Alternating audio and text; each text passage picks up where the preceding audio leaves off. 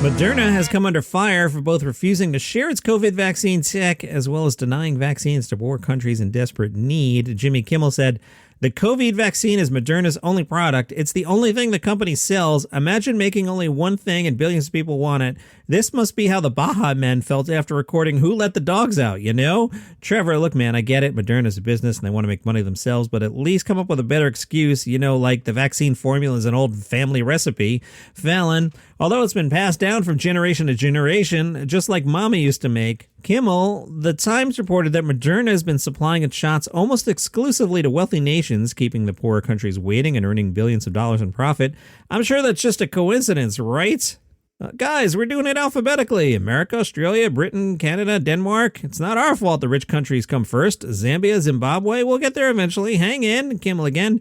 It's a shame that companies think about profit in a time like this when people are dying. But I get it. If they don't make money doing it this time, they might not bother to work on a vaccine next time. Every now and then when I'm prepping the show, I roll a 7. I was looking for a couple extra stories to finish out today's podcast, and I found 2 great ones that are so good that actually kicked some of the stories that were originally here. The Chicago Tribune caught up with Jeff Foxworthy, which means there's a good chance my half-assed Jeff Foxworthy impression busts out sometime during this article. We'll see. Jeff Foxworthy said, "I've been doing this for 37 years, and I think before last year, the longest I'd ever gone without being on stage is when I took 2 weeks off when each of my daughters was born. And then I took a year and a half off. Yeah, I'm very happy. I still love what I do. It's never been like a job. I look around and go, keep your head down, your mouth shut. They're still letting you get away with it." Jeff said there's something about being a comedian that invites total strangers to open up to him. People will come up to you and tell you stuff they probably shouldn't tell their therapist. It's that inclusiveness. Every comedian is different. You find what works for you. Very early in my career, I decided if I think something or my wife says something or my family does something, I'm just going to assume that other people are thinking or saying or doing the same thing. I just trusted that. I have this thought. Surely other people are having this thought as well. So when I'm on stage, what I see people laugh and then they turn around and point to somebody on their row or they're elbowing their husband in the ribs. And I'm like, thank gosh, that's just my family. Other people are doing this too. That's what works. No matter what I'm playing, I always try to find the commonality. Even though we live in different places and we have different accents, what we do is the same. Much like his previous albums and comedy specials, the Good Old Days special is inspired by where he's at in life. Jeff said, "My wife and I are at the stage where our kids are grown. We've got them raised and out of the house. We had a quick snack.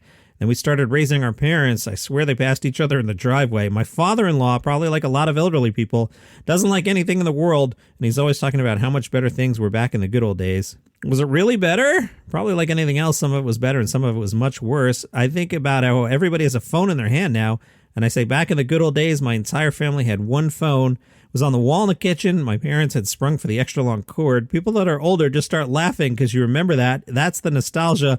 That makes a lot of people laugh. Jeff, you got me because I was thinking about the exact same thing, the long cord in my kitchen phone growing up. Yep. If you did any other job for 30 years, you'd know what works and what doesn't work. With comedy, you never know what the audience is going to laugh at. Even after 37 years, I don't know what they're going to laugh at. So early in COVID, I was writing like crazy, but I didn't have anywhere I could go try it out. After a few months, it became frustrating. I didn't know whether to keep developing it or not. I didn't know if it was something the audience was going to like or not. By early summer, there were some local clubs that were open, so I'd be down there on a Monday night with no cards in hand, trying the newer stuff I'd written. Imagine seeing Jeff Foxworthy in a club on a Monday night these days. That's amazing. It's funny. I've never been one of those people that gets nervous going on stage. This is what I do. But the first couple of times back, I was nervous. Now I'm just enjoying it again. Jeff will tape a special for Netflix at the end of this month. He says you guys are getting to see this stuff before it's a Netflix special. It's fun because there's so much new stuff. Hopefully it's fun for the audience too. Last summer, he hosted an auction show for A&E. It was called What It's Worth. Jeff said it was originally supposed to be a live show and then COVID hit. We figured out a way to do it virtually. I really enjoyed it, but they haven't talked about bringing it back. I guess if I enjoy it, that's the kiss of death. If I had hated doing it, they would have wanted 200 episodes. What we found on the show was that people kept wrapped up that they thought was worth something was almost always worth nothing, and the thing they had not taken care of was worth $500,000. Although he's mostly known for his "you might be a redneck" jokes, he says he's mostly retired that portion of the act from his show. The thing about them is they're one-liners. They're easy to remember, easy to retell. That's what made them so popular. Comedy's a little different from music. I tell my musician friends, if you write 4 hits, you're going to play till you're 90 because people want to come hear those 4 songs. Whereas with jokes, once you do an album or special, people are like, I've already heard that. What do you got that's new? As a comic, you're always trying to generate new stuff. For me, it was like, I want to talk about something else now. I can always whip a few out if people want them. He did the first You Might Be a Redneck calendar in 1990. He's working on the calendar for 2023 now. And he said, every year I'm like, there can't be 365 more, and there always are. Looking back at COVID, I don't think laughter makes the struggle go away, but it's kind of the release valve that keeps the boiler from exploding. Laughter and live music. You think about it, for the last year and a half, most of us went through one of the most challenging things many of us will ever go through.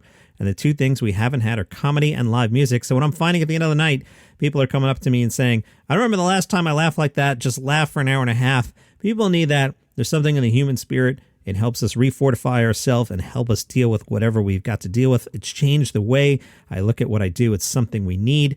If you are a regular listener, you've heard me talk in the past about Jeff Foxworthy, the nicest man you will ever meet. And from the Ottumwa Courier, your home for comedy news, Jeff Foxworthy's former tour mate Ron White is also back out on the road. He knew he had to start stretching out again. He went back to Florida where his mom lives and was the only place that was open. He started doing 25-minute walk-on shows in comedy clubs. I built up until I could do about 45 minutes with power and started doing headline shows in comedy clubs, which is something he hadn't done in 20 years. I did that until I was ready for bigger dates and longer sets. It's all back and running. All the things I was really good at, pacing and such, I took for granted because I did it every day. I did it so much I didn't know you had to practice, but I did the work. For the first time, I gave myself credit for how good I was. Ron talked about how his stage props have evolved over the years. He originally started with a beer and a cigarette. Then he switched to the cigar and whiskey, and you've seen Amy Schumer make fun of that on her album cover. And for the last 8 years, he's changed over to tequila. He said that change was the recommendation of his doctor. Ron White said, Scotch will beat you up on the inside. Tequila is just better for you than Scotch is. If you're going to drink tequila. But he said even with the Scotch, it was always top shelf with no mixers. But really, it's more about what they provide to the atmosphere of the show. He said, there's signs of alcoholism and bad behavior. I guess it's a reason not to be talking. It's a great pause to take a drag off a cigar or a drink. There's nothing better for a great comedy than a great pause or a misdirection. And he said early in his career, he didn't know what to do with his hands, and the props solved the problem. Ron was asked why he thought audiences related to his comedy. He said, it's a question I ask all the time. I don't know why they feel that connection to it. I've had a run that most comics could only dream of for 20 years. They love me for some reason.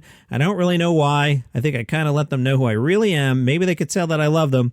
I can make them laugh really hard. I guess that's it. They like to laugh as hard as they can.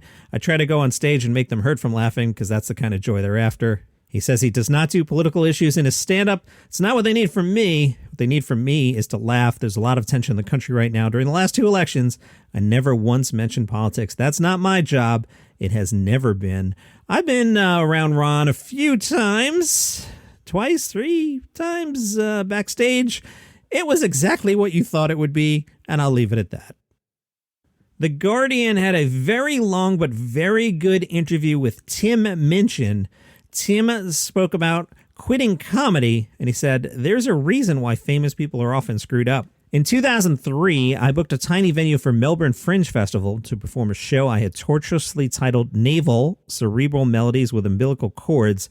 It was a sort of dark, ridiculous cabaret and a desperate attempt to shake off the pain of all the rejections I've been getting from agents, record companies that do to approve small loans at the bank by showcasing my various talents, which arguably included unusually clear diction, considerable manual dexterity, and a love of cheap double entendre, which is to say there were some outstanding jokes about fingering. Navel was a game changer for me because I knew I had an unusual toolkit, and although I knew I had a tendency to play the clown, I didn't by any stretch think of myself as a comedian, but that night everything changed. The 30-odd weirdos perched on bar stools and chaise lounges laughed a lot.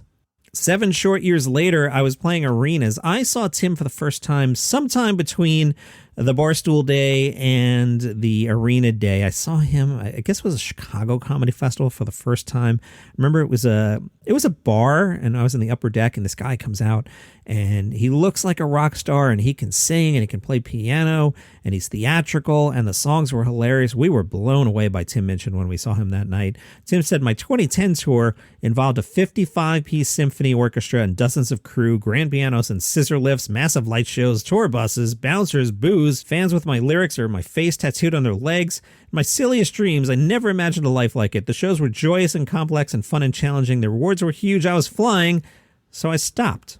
And barring a couple of spasms of activism, I haven't written a comedy song in more than 10 years. Wow, I didn't realize it's been 10 years. The reasons I stopped are not particularly dramatic. There was no big crisis or breakdown. No moment of realization that I'd been suckling on the teat of the devil. The reason I stopped was temperance, or so I like to claim. And honest, it was also an ambition, but we'll get to that.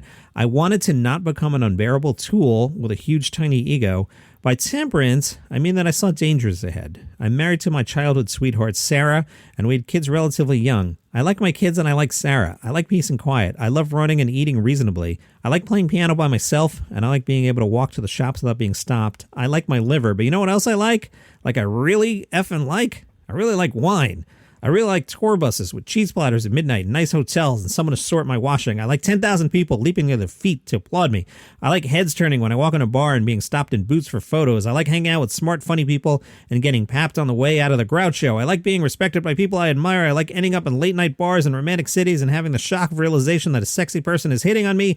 I, like everyone, love feeling wanted, and I knew that none of that crap is good for a person.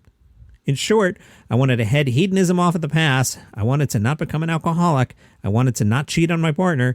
And I wanted to not become an unbearable tool with a huge, tiny ego. But I also stopped doing comedy because I'm very ambitious. My ambition is not for wealth, although that's another trap I can clang warning bells about. And it's not for fame, although it's an addiction that once tasted and most never quite shake. And it's probably not for power, although some is useful to an artist. My ambition is immodest and obtuse. I want to be unpigeonholable. I wrote scores for kids' theater companies. I did improv. I had a 70s cover band. My brother and I recorded an album in our house share. I produced soundtracks for friends' documentaries and short films. I wrote songs for co-op musicals, rigged lights and built sets, played piano in red dirt mining towns, played the eponymous whiner in a three-hander Hamlet. All through my 20s, I was jack of all trades, master of making no money. Then everything went bang and suddenly I was an effing comedian.